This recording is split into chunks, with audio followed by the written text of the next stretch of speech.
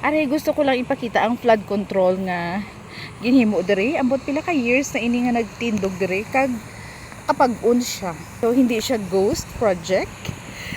Karami sa iya. Okay, mapalapit kita para makita tagid ang flood control nga dike diri. Yan, kapag-un gid sa iya ko. Yan, amo na siya basta ang lugar ang government diri sa amon iya nga lokal maayo.